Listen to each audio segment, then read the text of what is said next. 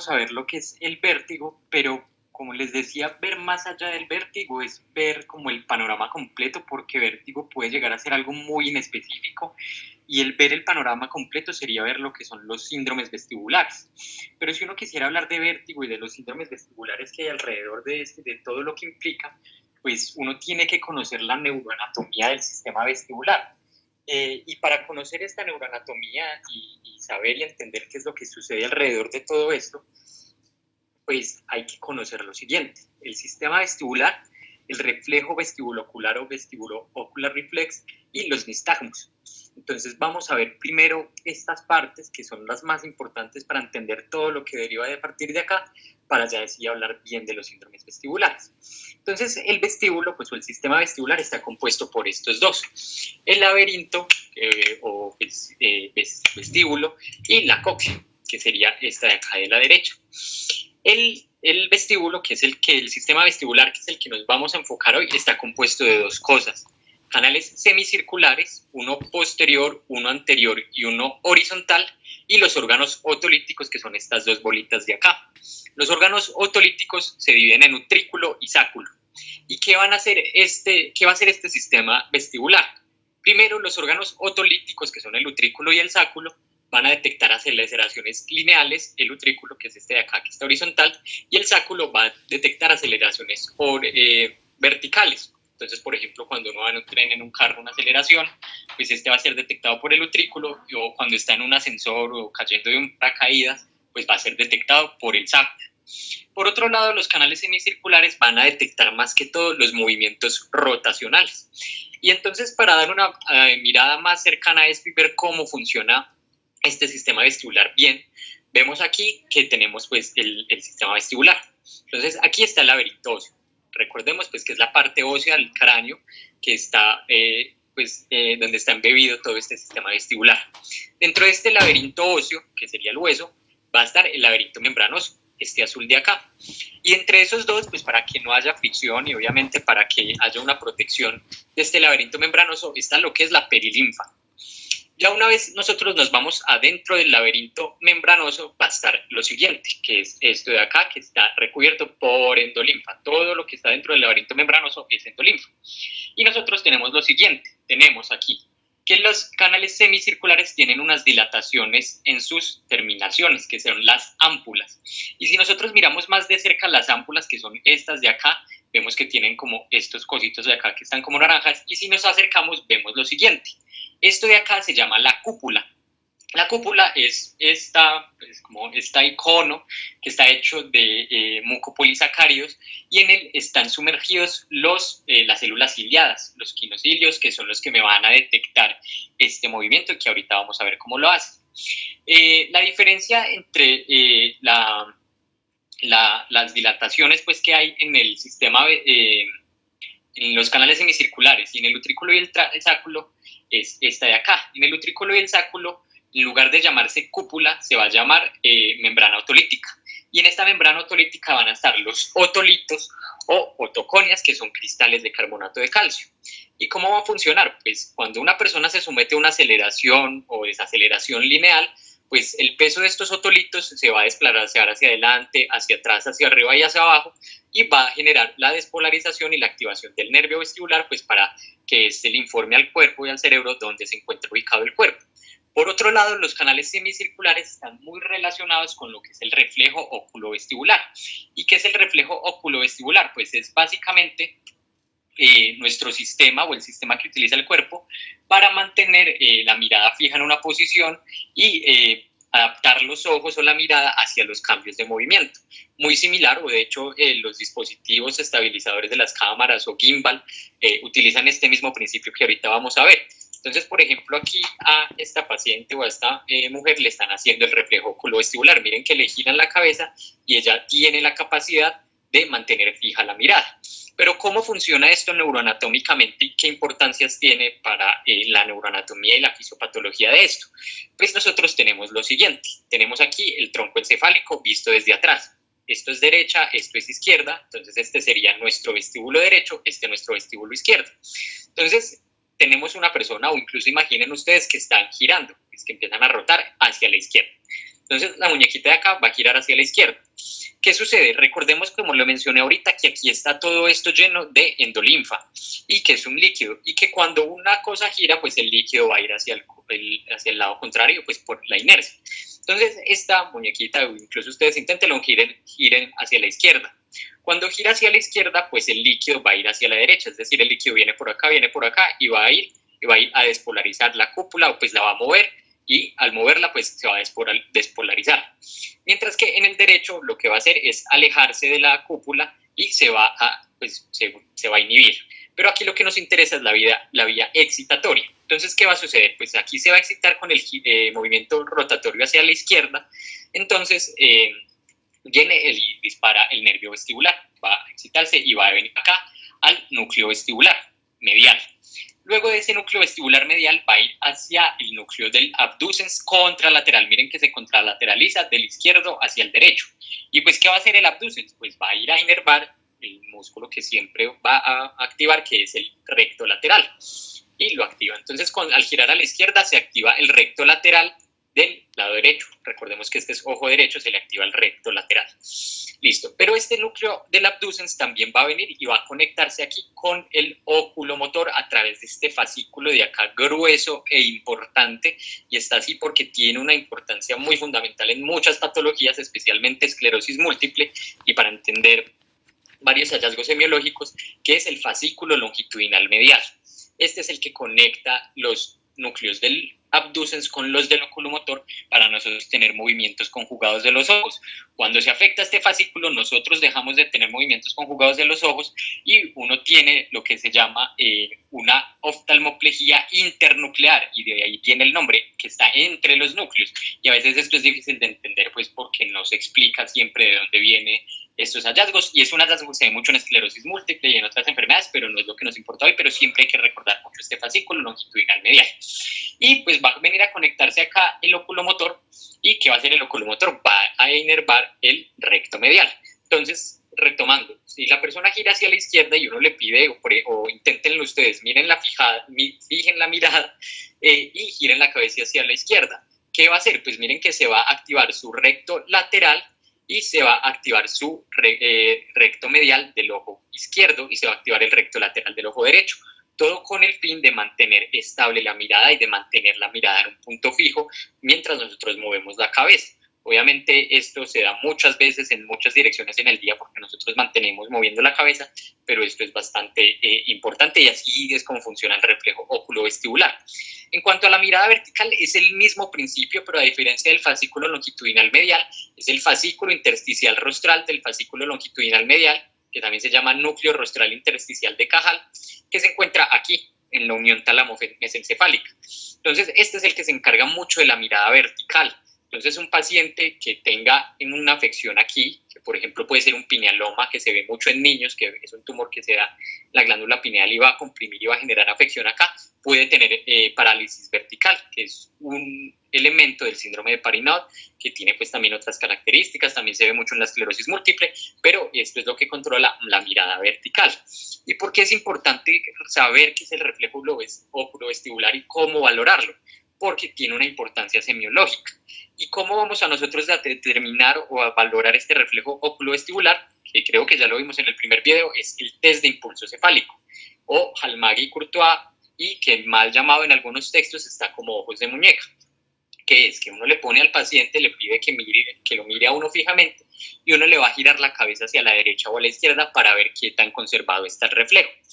Este es un reflejo, entonces no involucra elementos corticales o cerebelosos, y como ya lo había dicho, es clave para la semiología, no solamente del vértigo.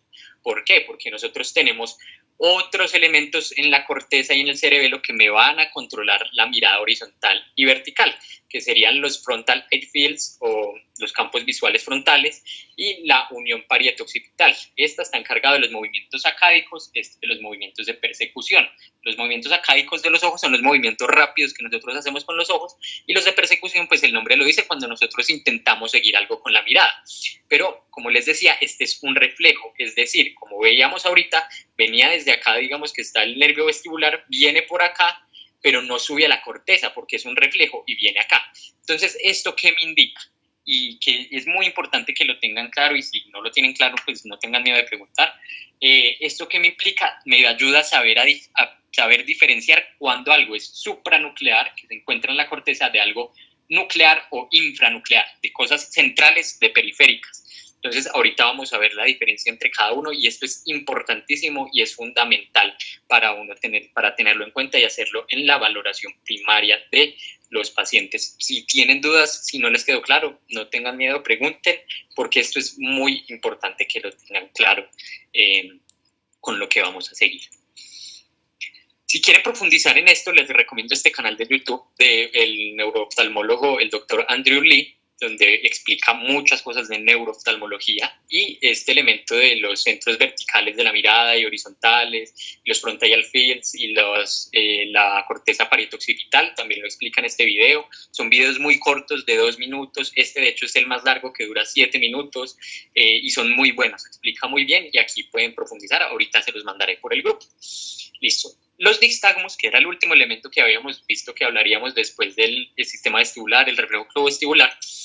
El nistagmo es la oscilación rítmica y regular de los ojos, y este se divide en dos, en resorte o pendulares. Este es como la traducción literal de jerk nistagmus, que así lo pueden encontrar en algunos textos, tanto en español como en inglés. Pero en el que es en resorte, el ojo tiene una fase lenta, que es que el ojo mira lentamente en una dirección y corrige rápidamente.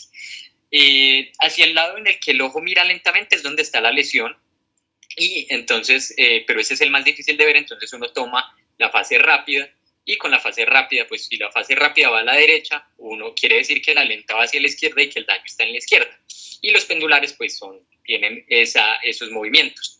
Los nistagmos, si uno quisiera leer sobre nistagmos, la verdad es una cosa bastante compleja.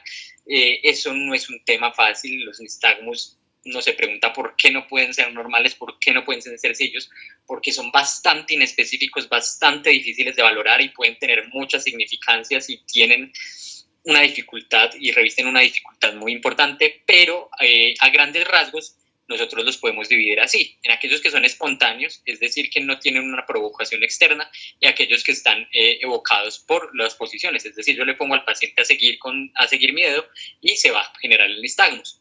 Este espontáneo se puede dividir una vez en periférico o central, y tiene muchas características muy benignas o muy malignas, que ahorita vamos a ver cómo esas características, pero también hay que tener en cuenta que existen nistagmos fisiológicos. El más fisiológico, pues el más comúnmente que es fisiológico, es aquel evocado por la mirada, pero no todo evocado por la mirada es fisiológico, sino que también puede tener causas como un ACV, como intoxicaciones o la misma fisiología. Pues uno tiene que tener en cuenta todo el panorama del paciente. Ahora sí, para hablar de lo que es el vértigo, o los síndromes vestibulares más bien, el vértigo es la sensación de movimiento rotatorio del cuerpo o de los objetos que lo rodean. Este se divide en subjetivo u objetivo. Subjetivo, cuando yo siento que las cosas de a mi alrededor giran, y objetivo, cuando yo siento que yo giro alrededor del mundo. Entonces, el vértigo es un síntoma, y cuidado, es un síntoma. Uno no puede diagnosticar vértigo como un diagnóstico, que tiene causas benignas o potencialmente mortales. O sea, un paciente con vértigo puede tener una ACV, puede tener una lesión potencialmente mortal, o algo muy benigno como un vértigo posicional paroxístico benigno. Este corresponde al 5 al 7% de consultas de los servicios de urgencias. Eso quiere decir que todos, al menos en la vida, les va a llegar un paciente con vértigo, estén donde estén. No solamente en urgencias, también se ve en consulta externa, se ve también en pacientes hospitalizados, se ve en cualquier ámbito, y siempre va a llegar. Y hay que saber diferenciarlo del síncope, mareo y inestabilidad, y es muy importante saber si es periférico o central, pero esto tiene muchos bemoles, que son los siguientes, y que se han estudiado pues desde hace varios años. Este es un artículo que salió en 1996, donde se hace una aproximación al paciente con dizziness, que es como la traducción de mareo, que es lo más general. Nosotros el mareo o dizziness en inglés lo podemos dividir en el vértigo, en un evento cercano al síncope, en desequilibrio o mareo no especificado. Y es así como se venía tratando y manejando pues el diagnóstico y la etiología de estos elementos. Sin embargo, esto tenía problemas. El enfoque tradicional que les mencionaba. El vértigo, pues en el enfoque tradicional lo buscaban dividir entre periférico y central y las características que tiene cada uno y que son importantes. Sin embargo, este vértigo periférico o este enfoque de periférico central estaba muy centrado en la causa específica y dejaba por fuera muchas cosas potencialmente mortales. Por lo que en el 2009 aproximadamente salió este artículo donde pues se mencionaba que estaban enseñando el paradigma erróneo, para después en el 2015 sacar esta estrategia. Ambos son del mismo autor y aquí propone un acrónimo que después lo modificó por el titrate, donde utiliza una serie de elementos para uno enfocar al paciente y saber qué es lo que tiene. Entonces tiene el acrónimo titrate, además hace la división en los síndromes vestibulares, que son 6, que ya vamos a ver. Esto era lo que les decía de lo que a uno se le puede estar pasando con un vértigo con el enfoque tradicional. Una gran cantidad de diagnósticos que se pueden presentar con un vértigo o un síndrome vestibular y que con el enfoque tradicional podrían pasarse por alto, pero que con el enfoque con la estrategia titrate y toda esta división en síndromes vestibulares se busca una mejor aproximación para que no se nos pase nunca una de estas causas. Entonces, ¿qué es el titrate? Pues es un acrónimo de triage, entonces hacerle el triaje al paciente, identificar elementos obvios que amenacen la vida, el tiempo, entonces se hace una división en tiempo, en desencadenantes, un examen específico y un test ya adicional. Y según esto, lo que sucede y lo que pasa es que se me van a generar 6 síndromes vestibulares, que, como les decía, entonces tenemos aquí el tiempo. Yo puedo tener un síndrome vestibular que sea de novo y episódico, ¿cierto? Es decir, yo nunca en mi vida he tenido vértigo, no he tenido ningún problema y empiezo a tener vértigo de novo, y este es episódico, es decir, me da por tiempos, me dura segundos, minutos, a horas, que dure horas es muy raro, pero puede pasar. Entonces yo tengo aquí, nunca me ha dado vértigo, y empiezo con episodios de vértigo que me duran poco tiempo, se me calma, vuelve y me da, y así sucesivamente. Y este de novo episódico ya depende si tiene un desencadenante o no. Y hay que tener en cuenta que desencadenante es diferente, muy diferente a exacerbante. Desencadenante quiere decir que lo causa. Ejemplo, yo estoy aquí sentado y giro la cabeza rápidamente a la izquierda y eso ahí mismo me empieza el vértigo. Eso es un desencadenante que lo inicia, mientras que el exacerbante es que lo empeora. Y muchos vértigos se pueden exacerbar con el movimiento de la cabeza y muy característico que se puede ver tanto en vértigos benignos o síndromes vestibulares benignos como malignos, y hay que tenerlo muy en cuenta. Entonces, si tiene desencadenantes, que por lo general el más común es la posición, pero también está el sonido o la maniobra de Valsalva, yo lo voy a llamar síndrome vestibular episódico, que pues se me da por episodios, desencadenado, porque tiene desencadenante, y ese es el primer síndrome vestibular que tenemos.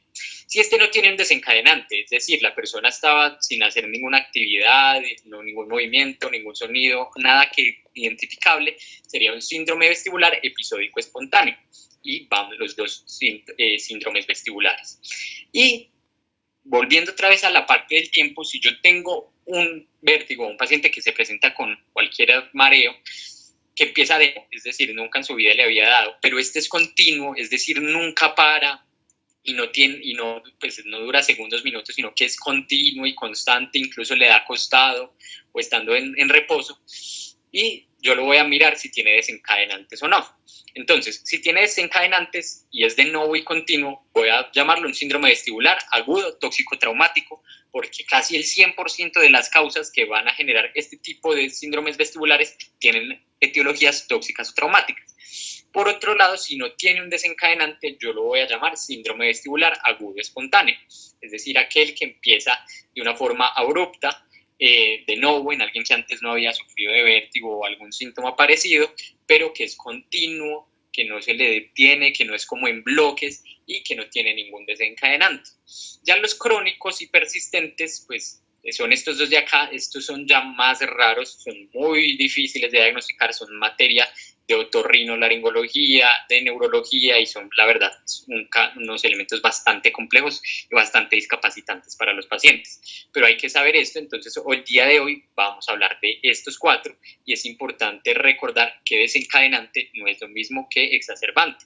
Entonces también hay que tener en cuenta que un vértigo que empeore al mover la cabeza no es necesariamente periférico, ahí estaríamos cayendo en un error que es muy comúnmente creído y que no hay que pensar así, sino que hay que tener otras otras consideraciones que ya vamos a ver. Entonces, empecemos a ver estos 4 síndromes vestibulares, los elementos más importantes de cada uno, y al final los elementos pues, para llegar a un diagnóstico y saber cuándo prender la alarma con un paciente. Entonces empecemos con el primero, el síndrome vestibular episódico desencadenado. Yo sé que son muchos nombres de síndromes vestibulares y pueden ser complejos, pero tranquilos que pues ahí los vamos viendo y uno los aprende con el tiempo. Entonces, recordemos, episódico que se da en bloques y es desencadenado, es decir, se inicia con elementos como el movimiento, sonido, valsalva o cualquier otro desencadenante. El síndrome vestibular episódico desencadenado tiene 2 representantes fundamentales, que son el vértigo posicional paroxístico benigno y el mareo ortostático. Y otro diagnóstico que hay que tener en cuenta es el vértigo posicional paroxístico central, que se ve mucho en tumores de fosa posterior. El mareo ortostático es cualquier síndrome, cualquier síntoma, como habíamos visto, de mareo, entonces puede ser vértigo, puede ser síncope, puede ser evento cercano al síncope, puede ser mareo inespecificado, que se relaciona con los cambios de posición, especialmente al ponerse de pie. Y un mareo ortostático, hay que saber que no todo mareo ortostático se presenta con hipotensión ortostática concomitante. Entonces, que el paciente se pone de pie y se siente mareado, no necesariamente uno al medirle la presión arterial tiene que hacer hipotensión ortostática. Porque, por ejemplo, en un paciente que tenga una estenosis cerebelar distal por múltiples factores de riesgo cardiovascular, pueden hacer accidentes isquémicos transitorios al ponerse de pie, sin ser necesariamente una hipotensión ortostática.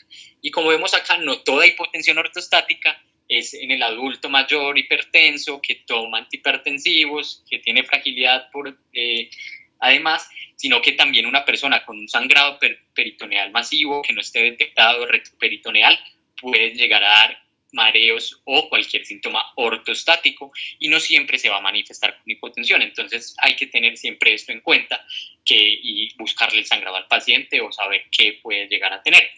Y este vértigo posicional paroxístico central es mucho de tumores de fosa posterior, por ejemplo, el pinealoma, ependimomas, muchos tumores que según su ubicación y en muchos pacientes pueden llegar a tener, y ahí es el diferencial que hay que siempre saber.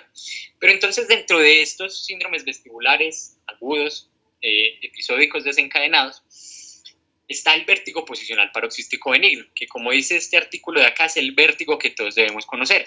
Ahorita lo enviaré por el grupo junto con el otro porque es muy importante y es un muy buen artículo, porque el vértigo posicional paroxístico benigno es la principal causa de vértigo en adultos y una de las más comunes en niños. Es como la tercera o cuarta causa de vértigo en niños. Y hay que tener en cuenta que, por ejemplo, el 40% de pacientes geriátricos que consultan por vértigo tienen un posicional paroxístico benigno. Entonces, si uno conoce este vértigo, puede tener un gran porcentaje de los diagnósticos garantizados, y también es muy satisfactorio porque el manejo es muy fácil de hacer y lo puede hacer el médico general y da resultados rápidamente y da satisfacción tanto para uno como para el paciente. Las características del vértigo posicional paroxístico benigno, ¿cuáles son? Empieza súbitamente, o sea, empieza sin avisar, con un desencadenante que por lo general es el movimiento de la cabeza, es recurrente, es decir, se da por bloques, y los episodios de vértigo suelen durar menos de un minuto. Pueden durar más de un minuto, sí, pero es muy raro, duran menos de un minuto. Y a veces los pacientes, uno tiene que preguntarles muy bien si al paciente le dio vértigo, porque a veces el paciente dice, sí, yo sentí el vértigo, pero como por media hora, y uno dice, uy, eso es muy largo, pero es que el paciente le dio el vértigo que duró menos de un minuto, pero luego siguió como con mareo, como con malestar, como con náuseas, que es diferente al vértigo. Entonces uno tiene que diferenciar siempre muy bien cuánto tiempo le duró el vértigo al paciente para llegar siempre al diagnóstico adecuado. Y uno debe prender alarmas con este vértigo posicional paroxístico benigno. Si dura más de un minuto, pues que ya no sería un vértigo posicional paroxístico benigno, sino que le indicaría a uno una causa más mortal. Dura más de un minuto, problemas auditivos concomitantes, otros síntomas neurológicos, o hay fallo terapéutico, con lo que vamos a ver a continuación.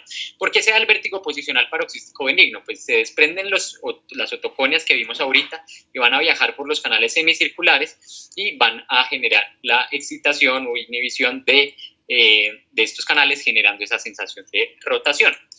Importante en este vértigo, que es el más comúnmente afectado, es el canal semicircular posterior en el 95% de los casos y el canal semicircular anterior en el otro 3% de los casos. Es decir, uno en el 97% de los casos, 98% de los casos, tiene afección tanto de canal tiene afectado uno de estos dos canales.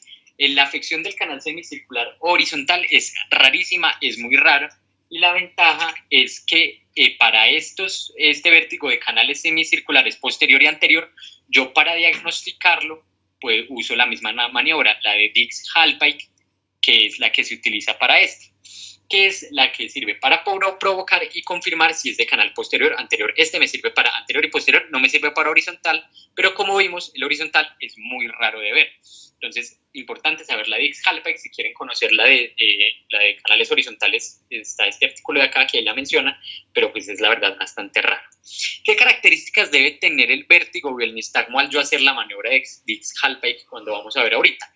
Es que el vértigo o el nistagmo tiene latencia, es decir, que se inicia poco después de yo hacer la maniobra, no ahí mismo, no inmediatamente, y resuelve al minuto. Y el nistagmo debe ser torsional. Y pues es difícil de pronto saber qué es torsional sin un video, y es este de acá, que miren que los ojos de este paciente pues generan como una gira, un giro rotatorio hacia donde está mirando. Este es un señor con vértigo posicional paroxístico benigno, y si se fijan bien, los ojos se mueven de manera torsional. Cuando el nistagmo es puramente vertical o horizontal, uno piense en vértigo posicional paroxístico central, es decir, cosas de fosa posterior, y siempre hay que tener en cuenta que sea torsional. Si uno ve un nistagmo vertical o horizontal, prenda alarmas. Entonces, ¿cómo se hace el Dix-Hallpike? Yo tengo al paciente o a la paciente y lo tengo en la camilla. Yo le voy a girar a la cabeza hacia cualquiera de los dos lados primero, hacia la derecha o hacia la izquierda, no hay ningún problema. Se le gira hacia la derecha y se desciende el paciente de la camilla así. Ahí en esta posición que está se esperan 30 segundos y uno mira si se le desencadena en esta posición el nistagmus o el vértigo y lo devuelve a esta posición, devuelve al paciente vertical y espera 30 segundos y vuelve a mirar si hace nistagmus o vértigo y mira a ver pues cómo se le desencadenó y cómo le dio los nistagmus y sabe uno qué canal está afectado. Entonces, si se desencadenó al mirar hacia el lado derecho, uno sabe que son los canales semicirculares del lado derecho, posteriores o anteriores. Si se desencadenó al mirar hacia el lado izquierdo, pues sería los canales semicirculares del lado izquierdo. Volvamos a ver, porque es muy importante. Entonces, aquí en esta persona se le gira, se esperan aquí en esta posición de hiperextensión 30 segundos y se le desencadena nistagmus o vértigo. Si se le desencadena es positivo, y como aquí en este caso está mirando hacia la derecha, sería positivo para afección de los canales semicirculares posteriores o anteriores del lado derecho. Una vez yo tengo a este paciente que le dio positivo, sea cualquiera de los dos lados, por eso siempre hay que hacerlo a la derecha o a la izquierda, uno lo que hace es manejarlo, porque la ventaja del vértigo posicional paroxístico benigno es que se puede manejar y tratar muy rápidamente con la maniobra de Epley, que es curativa en un 80-90% de los casos. Incluso uno la debe hacer cuando hay un Dix-Hallpike negativo bilateralmente, y se debe hacer junto con otras terapias de rehabilitación vestibular, pero esta es bastante reconfortante porque genera muy buenos resultados. Y si los síntomas recurren o hay signos de cosas potencialmente mortales, pues prenda alarmas, interconsulte y mire qué es lo que tenga ese paciente. ¿Y cómo se hace el Epley? Pues es muy similar al Dix-Hallpike en su parte inicial. Uno lo que hace es que tiene al paciente en esta posición, se le gira la cabeza, se le envía hacia hiperextensión, ahí se esperan 30 segundos, ahí pues no se demoró 30 segundos, pero luego se le manda hacia la izquierda, se esperan 30 segundos en la izquierda, luego lo rota hacia la izquierda, otros 30 segundos y lo vuelve a la posición original. Repitámoslo porque estuvo la verdad un poco rápido, pero es así, hacia la derecha y aquí se esperan 30 segundos. Luego se gira hacia la izquierda 30 segundos, luego se vuelve a girar así y rotar otros 30 segundos y se supone que eso devuelve los otolitos o las otoconias a su lugar respectivo. Y uno lo hace pues hacia ambos lados, pero pues uno lo hace inicialmente hacia el lado que le dio afectado el Dix-Hallpike. Listo, eso era importante para hablar de síndrome de vértigo posicional paroxístico benigno se puede dar una charla solamente de eso porque es un vértigo importantísimo y que hay que reconocer. Pero no es la charla de eso y vamos a seguir con lo que es el síndrome vestibular episódico espontáneo, es decir, aquel que no tiene un desencadenante y se da por episodios. Dentro de los representantes prototípicos son el síncope vasovagal, la migraña vestibular. Esos son los dos principales, pero también hay que tener en cuenta que puede darse por una enfermedad de Meniere, que aquí vemos las características, que se da por la no reabsorción de la endolinfa, y esto genera distensión y va a generar los síntomas que también se presenta con disfunción pues, auditiva, sensación de pesadez en el oído, tinnitus y otros síntomas, pero también un accidente isquémico transitorio puede dar un síndrome vestibular episódico espontáneo y es importante reconocerlos, una hemorragia subaracnoidea, un TEP, una hipoglicemia, muchos síntomas que son muy dependientes de anamnesis. No depende tanto de lo que serían las maniobras, sino que depende más bien de preguntarle al paciente sus antecedentes, cómo se da, con qué características, si es más de migraña, si es más de síncope vasovagal, si puede tener un Meniere, si tiene factores de riesgo para alguna de estas de acá, es importante preguntarlo. Entonces, según esto, el artículo de la estrategia Titrate, que lo recomiendo muchísimo, es un artículo muy bueno que habla de diagnóstico clínico y diagnóstico diferencial de una muy buena manera. Lo que hace es que coge los síndromes vestibulares episódicos, los que se dan en bloques, el desencadenado y el no desencadenado. El desencadenado, pues uno mira según el Dix-Hallpike, si es positivo y es un nistagmus típico, es decir, torsional, pues uno diagnostica vértigo posicional paroxístico benigno.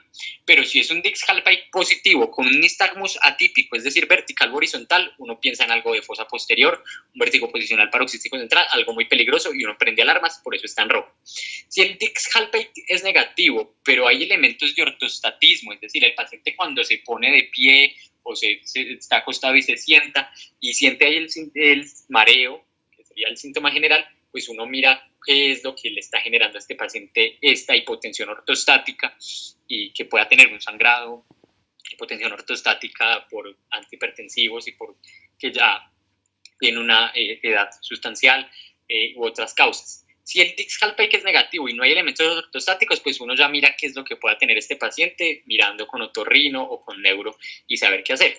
En cuanto al espontáneo, como les había dicho, es muy dependiente de anamnesis. Entonces uno mira si son síntomas más de migraña o de Meniere, si no tiene muchos factores de riesgo vestibular, pues uno puede dar sedación vestibular y remitir para mirar si es un Meniere o para manejo de la migraña, si dar uno mismo la profilaxis o el manejo agudo de la migraña, según lo que uno vaya viendo. Si hay otros elementos para que le indiquen a uno que sea vasovagal o pánico, pues uno también va hacia ese lado. Pero si uno encuentra elementos atípicos o es un paciente con un alto riesgo cardiovascular, uno tiene que mirar que no esté haciendo un ataque isquémico transitorio, una arritmia, un infarto del miocardio, un tromboembolismo pulmonar, cualquier causa, y siempre hay que tenerlo muy en cuenta y según la anamnesis de los pacientes. Pasando ya al otro lado, a los síndromes vestibulares que son continuos, es decir, que no se dan por episodios, tenemos el vestibular tóxico-traumático. Y como el nombre lo dice, pues en el 100%, casi el 100% de los casos tiene causas o tóxicas traumáticas. Entonces aquí están los medicamentos y no es una lista muy larga, pues no es exhaustiva de todos los medicamentos que pueden dar vértigo. Y es muy importante tener en cuenta que no solamente el dar un medicamento de nuevo puede dar vértigo, sino por ejemplo retirar un medicamento que estaba tomando un paciente también puede darle el vértigo. Se ve mucho con inhibidores selectivos de la recaptación de serotonina, que después de un tiempo de no tomarlo o unos 2-3 días de no tomarlo se desencadena en algunos pacientes un síndrome vestibular de este tipo que se da continuo y tiene pues estos desencadenantes y hay que reconocerlos. Y si es por trauma, pues uno tiene que averiguar por el antecedente. Estos son también muy dependientes de anamnesis. Y era cortico. Ahora aquí tenemos el síndrome vestibular agudo espontáneo, es decir, aquel que se da sin un desencadenante claro y que se da continuo. Y este es el que más probable le pueda llegar a uno a un servicio de urgencias, porque es muy incapacitante, porque el paciente incluso estando acostado siente el vértigo, siente el mareo o siente los síntomas. Y eso pues es muy desesperante y por eso hacen consultar urgencias. Y hay que pensar siempre en dos cosas, en neuritis vestibular o ataque cerebrovascular, que ahorita vamos a ver cómo diferenciarlo.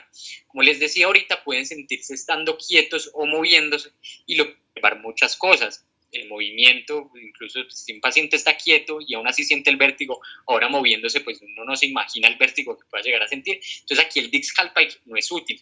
Y siempre hay que pensar en estas dos. La neuritis vestibular es un proceso inflamatorio del nervio vestibular, valga la redundancia, que se da posterior a infecciones virales o bacterianas y se presenta con puramente vértigo.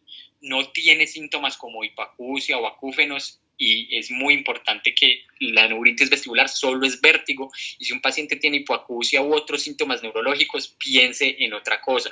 Piensen que pueda estar siendo un ataque cerebrovascular, que es el principal diferencial y el que principalmente puede afectar a los pacientes, su calidad de vida y dejarlos con discapacidades pues, que ya conocemos según el ACV y que el tiempo es cerebro y todo lo que se habla respecto a este. Entonces, los síndromes vestibulares agudos, como ya vimos, se puede dividir en tóxico traumático cuando tiene un desencadenante y uno mira pues todas las condiciones que tenga el paciente y uno mira, por ejemplo, si le están dando gentamicina, pues ajuste la dosis o si tiene alguna otra causa, pues uno mira qué hace con el paciente. Ya si es espontáneo, uno hace lo siguiente, que es el protocolo HIMSS. ¿Qué es el protocolo HIMSS? Pues bueno, ahorita lo vamos a ver, pero antes de verlo hay que pensar también en los niños. Los niños también pueden hacer vértigo o síndromes vestibulares y una de las causas más comunes en niños, por no decir la más común, es la otitis media. Entonces, un niño cuando uno se le presente con un mareo, un síntoma vestibular, irle los oídos, mire que no vaya a tener una otitis media por ahí y obviamente todas las otras causas que pueden darle a un niño o vértigo, especialmente las neuroinfecciones, el trauma y también una ACV en un niño, los tumores, y siempre hay que pensar esto y siempre con el mismo enfoque. Se puede utilizar el enfoque tanto para niños como para adultos. Ahora sí, después de ver tantos diagnósticos y tantos síndromes vestibulares, uno puede quedar muy confundido porque la verdad son muchas cosas, pero hay una aproximación general que es el protocolo HIMSS, que es lo que vamos a ver.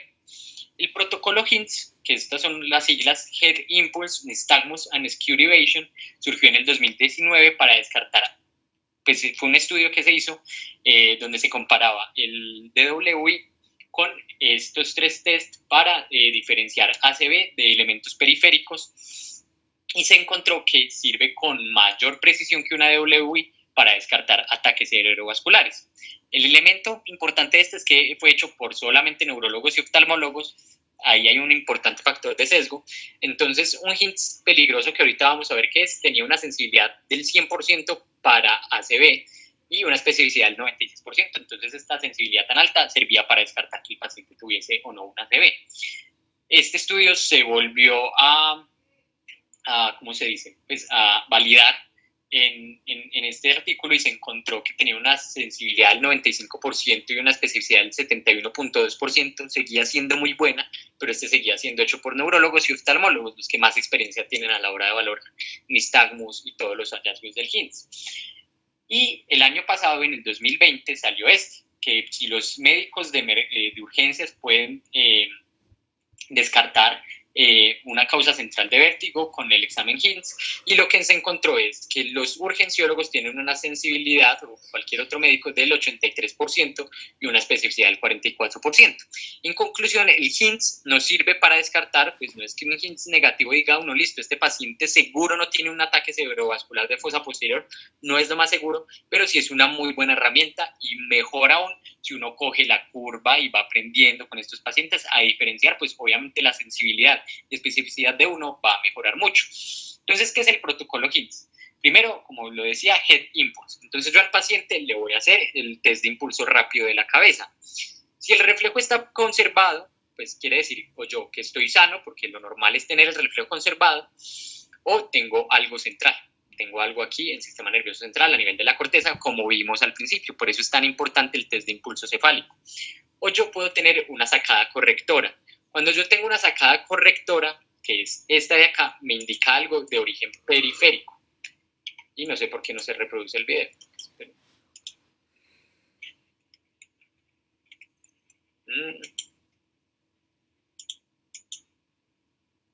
Bueno, lo que sucede en la sacada correctora es que uno le gira al paciente la cabeza hacia un lado y el paciente va a dirigir la cabeza hacia ese lado y va a devolverla para intentar corregir, y esto me indica que es algo periférico.